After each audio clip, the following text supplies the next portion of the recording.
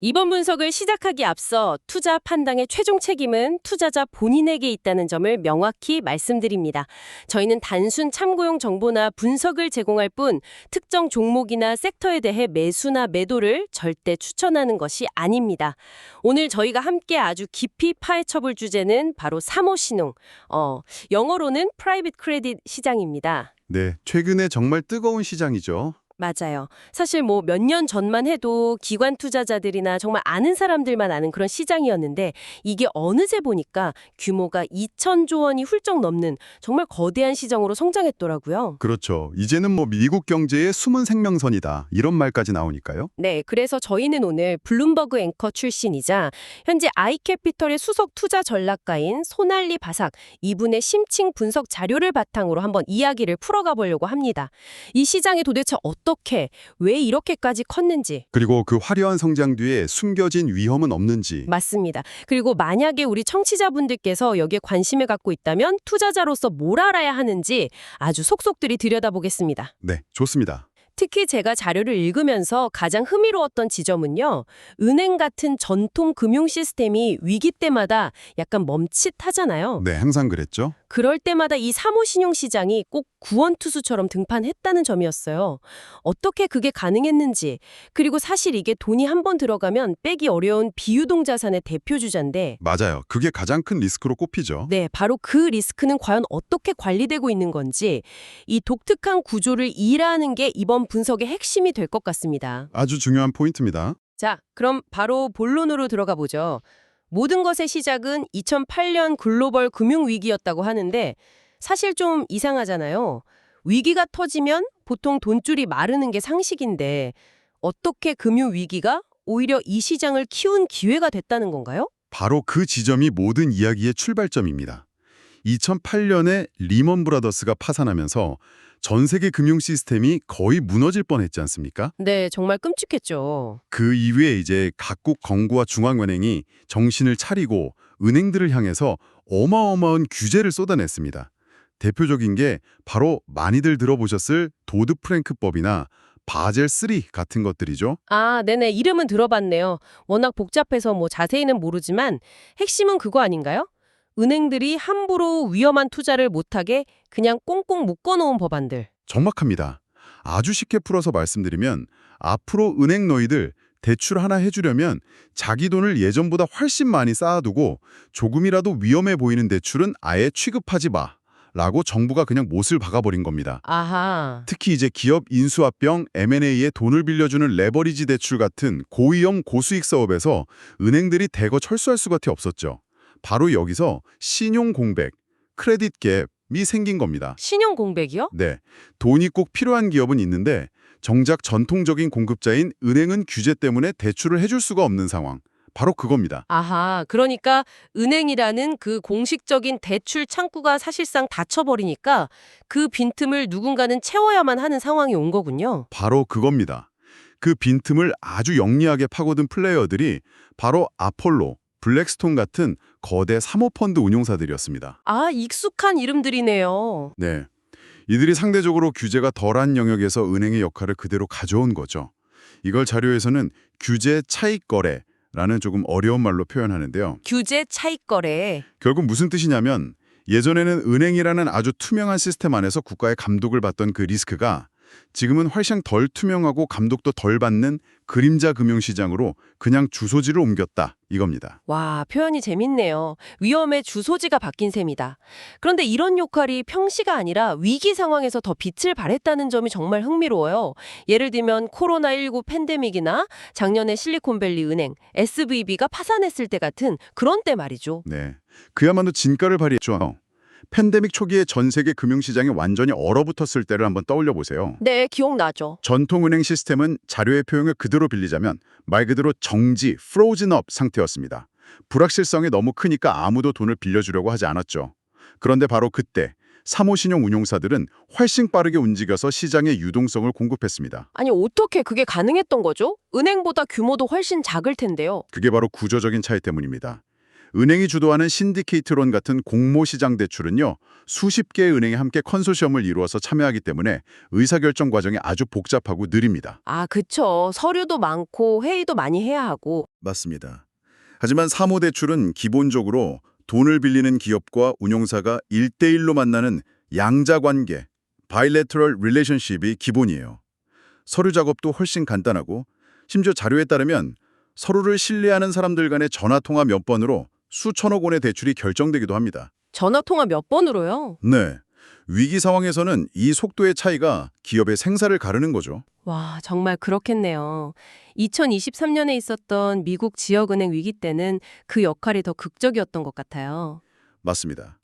SVB 사태로 중소형 은행들이 막 흔들리면서 이 은행들로부터 돈을 빌리던 수많은 중소기업들이 완전히 패닉에 빠졌습니다. 근데 당장 다음 달 직원 월급 줄 돈이 막힌 거니까요. 아, 그때 사모신용운용사들이 이 중소형 대출기관들의 후원자, 그러니까 최종 안전판 역할을 하면서 시스템 전체의 붕괴를 막았습니다. 그래서 이제는 10년 전과는 비교할 수 없을 정도로 미국 경제의 더 중요한 생명선, 크리티컬 라이프블러드 이런 평가를 받는 겁니다. 들어보니까 단순히 그냥 기업 대출 이걸 넘어서 이제는 정말 온갖 분야로 다 뻗어나가는 것 같아요. 자료에서는 데이터 센터나 심지어 음악 저작권 같은 자산까지 언급되던데요. 포트폴리오 다각화가 정말 활발합니다. 현재 직접 대출, 즉 다이렉트 랜딩 시장 규모만 1조 7천억 달러, 우리 돈으로 계산하면 약 2,300조 원으로 추정되는데요. 2,300조요? 네, 이게 웬만한 국가의 GDP를 넘어서는 엄청난 규모고 전통적인 신디케이트 대출 시장보다도 이미 더 큽니다. 와, 그렇게나 커졌군요. 네, 특히 데이터 센터 금융 같은 분야가 아주 흥미로운데요. 예를 들어 메타나 오라클 같은 정말 초우량 빅테크 기업들과 15년에서 30년에 달하는 아주 긴 장기 임대 계약을 맺습니다. 네. 그리고 그 임대료는 인플레이션에 자동으로 연동되게끔 설계를 해요. 그러니까 투자자 입장에서는 이보다 더 안정적인 현금 흐름을 찾기가 정말 어려운 거죠. 지금까지 들어보면 정말 장점만 있는 거의 완벽한 시장 같은데요. 그런데 2, 3천조 원짜리 시장이 아무런 문제 없이 이렇게 성장만 했을 리는 없을 것 같거든요. 최근에 퍼스트 브랜즈나 브리콜러 같은 회사들이 파산하면서 이거 거품 아니냐, 위험한 거 아니냐는 목소리도 나오던데 실제로는 어떻습니까? 아주 중요한 지적입니다. 당연히 리스크가 있죠. 세상에 리스크 없는 투자는 없으니까요. 그런데 여기서 사모시장의 아주 독특한 구조적 특징이 또 한 번 드러납니다. 어떤 특징이죠? 결론부터 말씀드리면 그 파산 사례들은 시스템 전체의 위기로 번지지는 않았습니다. 분석 자료를 보면요. 165개가 넘는 사업개발회사, 즉 BDC들의 포트폴리오를 전부 조사했어요. 아, 잠시만요. BDC라는 좀 전문적인 용어가 나오는데 이게 정확히 뭔가요? 저희 같은 일반 투자자들과도 좀 관련이 있는 건가요? 네, 아주 중요한 개념입니다. BDC, 즉 비즈니스 디벨롭먼트 컴퍼니는 일종의 상장된 투자회사라고 생각하시면 가장 쉽습니다. 상장된 투자 회사요? 네, 주 업무는 사모시장에 있는 비상장 기업에 투자하고 대출을 해주는 건데 이 BDC 자체는 우리 주식시장에 상장되어 있어요. 그래서 우리 같은 개인 투자자들도 이 BDC 주식을 사면 아주 거대한 사모신용시장에 간접적으로 투자하는 효과를 누릴 수 있는 거죠. 일종의 통로 역할을 하는 셈입니다. 그렇군요. 그럼 그 BDC들을 샅샅이 들여다봤더니 결과가 어땠다는 건가요? 앞서 말씀하신 그 파산 기업들에 대한 BDC들의 투자 노출도가 극히 미미하고 또 아주 잘 분산되어 있었다는 겁니다. 아, 분산이 잘 되어 있었다? 네, 대부분 펀드의 전체 포트폴리오에서 해당 기업이 차지하는 비중이 고작 0.05% 수준에 불과했어요. 0.05%요? 네. 즉 이건 시장 전체가 흔들리는 그런 시스템적 위험이 아니라 그냥 그 기업 하나에만 국한된 특이적 아이디어싱크레틱 위험이었다는 거죠. 심지어 한 사례는 단순한 경영 실패가 아니라 자산을 이중으로 계산해서 대출을 받은 사기 혐의까지 제기됐습니다. 이건 뭐랄까 어떤 금융투자는 발생할 수 있는 위험이지 사모신용시장 자체의 구조적 결함이라고 보긴 어려운 거죠. 알겠습니다. 개별 기업의 부실은 잘 관리되고 있다는 말씀이신데 사실 제가 이 자료를 보면서 가장 머리를 한 대 맞은 것 같았던 부분은 따로 있었습니다. 어떤 부분이었나요? 바로 비유동성이 오히려 시장의 안정장치라는 그 논리였어요. 잠시만요. 이건 정말 상식적으로 이해가 잘 안 가는데요. 보통 유동성이 낮다는 건, 즉 현금화하기 어렵다는 건 엄청난 리스크로 보잖아요. 그렇죠. 전통금융에선 그렇죠. 그런데 자료에서는 돈을 바로 뺄 수 없다는 게 오히려 장점이라고요? 아니, 어떻게 그게 가능한 거죠? 바로 그 역설이 사모시장의 핵심 메커니즘입니다. 주식시장을 한번 생각해 보세요. 위기가 오면 너도 나도 주식을 팔려고 하면서 가격이 폭락하고 그 공포가 또 다른 투매를 부르는 패닉셀링이 벌어지잖아요. 네, 그렇죠. 그게 왜 벌어지냐면 투자자들이 원할 때 빠르게 빠져나올 수 있기 때문에 벌어지는 일입니다. 하지만 사모펀드는 구조적으로 그게 불가능합니다. 한 번 투자하면 보통 5년, 길게는 10년씩 돈이 묶입니다. 아, 그러니까 위기 상황에 와도 팔고 싶어도 팔 수가 없으니까 시장 전체의 대규모 투매 자체가 원천적으로 불가능하다. 이 말씀이시군요. 정확합니다. 그래서 자료에서는 사모시장의 위기는 급작스러운 비행기 추락, 플레인 크래시가 아니라 아주 서서히 진행되는 1000번의 칼에 베이는 죽음, death by a thousand cuts의 형태를 띨 가능성이 높다고 표현합니다. 비행기 추락이 아니라 1000번의 칼에 베이는 죽음이라. 네. 이 시간이라는 게 운용사에게는 엄청난 무기가 됩니다. 부실이 발생한 자산을 당장 시장의 헐값에 팔아치우는 대신 몇 년에 걸쳐서 구조조정을 하거나 경영에 직접 참여해서 회사를 살려내는 이른바 워크아웃을 진행할 시간을 버는 거죠. 그 논리는 참 흥미롭지만 그래도 투자자 입장에서는 내 돈을 빼고 싶을 때 못 뺀다는 건 엄청난 단점 아닌가요?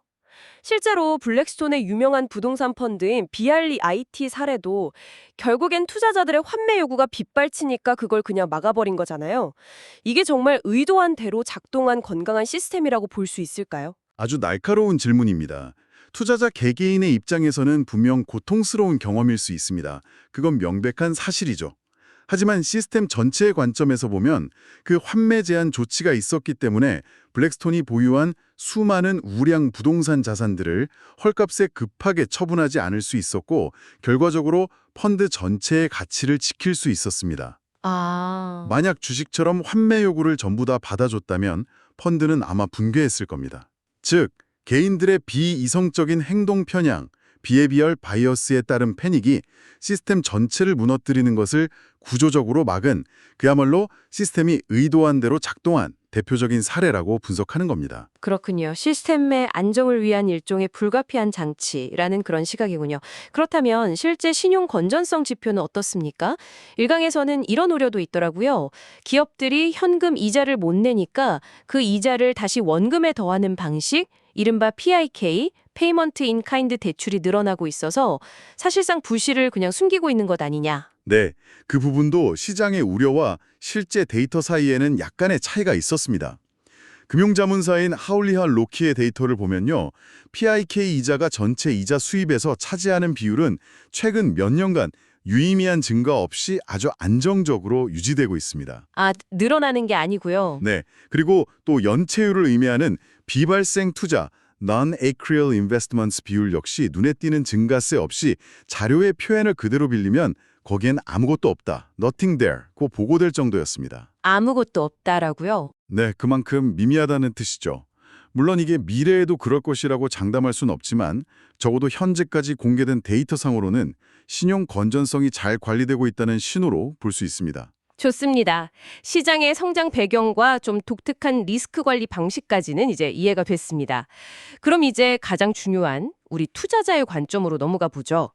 이 모든 분석을 종합해 볼 때 사모신용 시장은 매력적이다, 투자해야 한다, 이렇게 결론 내릴 수 있을까요? 절대 그렇게 단순하게 결론 내릴 수 없습니다.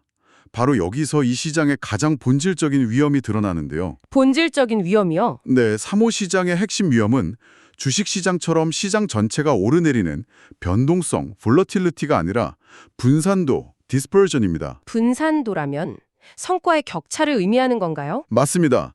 최상위 1% 운용사의 펀드와 최하위 1% 운용사 펀드의 연간 수익률 차이가 20%포인트 이상 벌어지기도 합니다. 20%포인트나요? 네, 즉 시장 전체는 계속 성장하더라도 내가 만약 잘못된 운용사를 고르면 정말 끔찍한 손실을 볼 수 있다는 의미입니다. 그래서 이 시장에서는 운용사 선정, 매니저 셀렉션이 거의 전부라고 해도 과언이 아닙니다.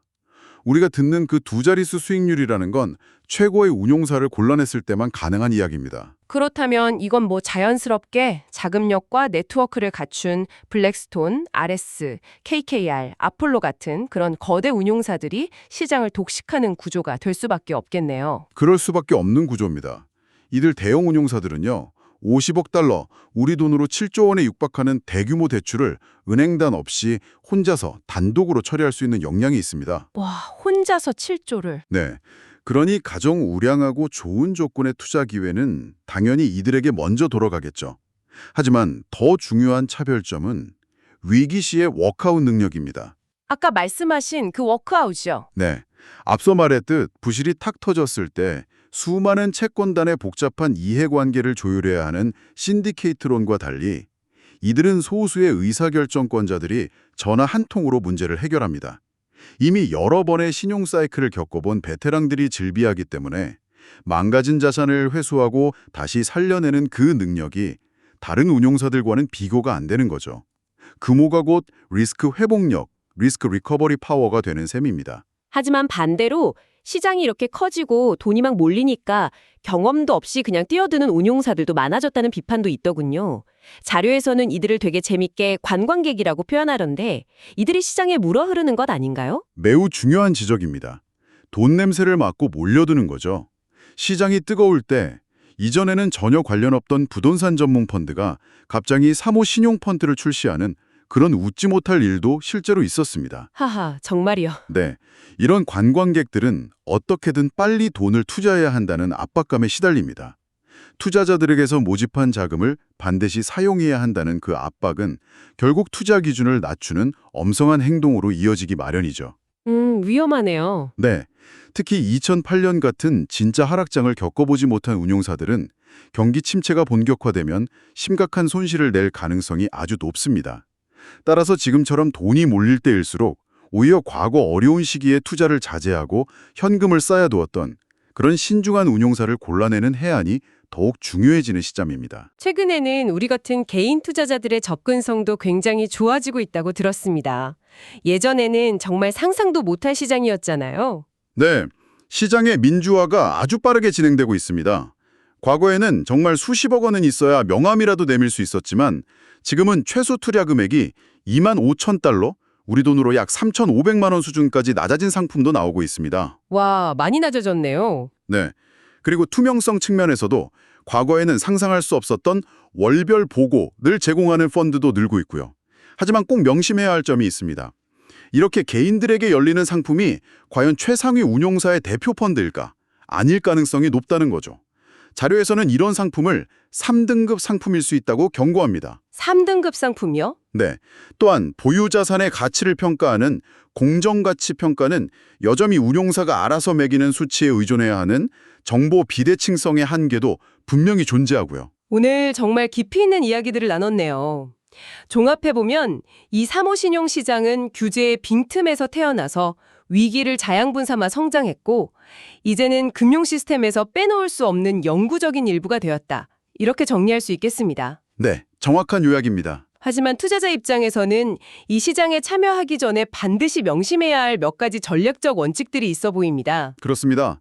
자료에서 제시하는 3가지 핵심 가이드라인을 꼭 기억하시면 좋겠습니다.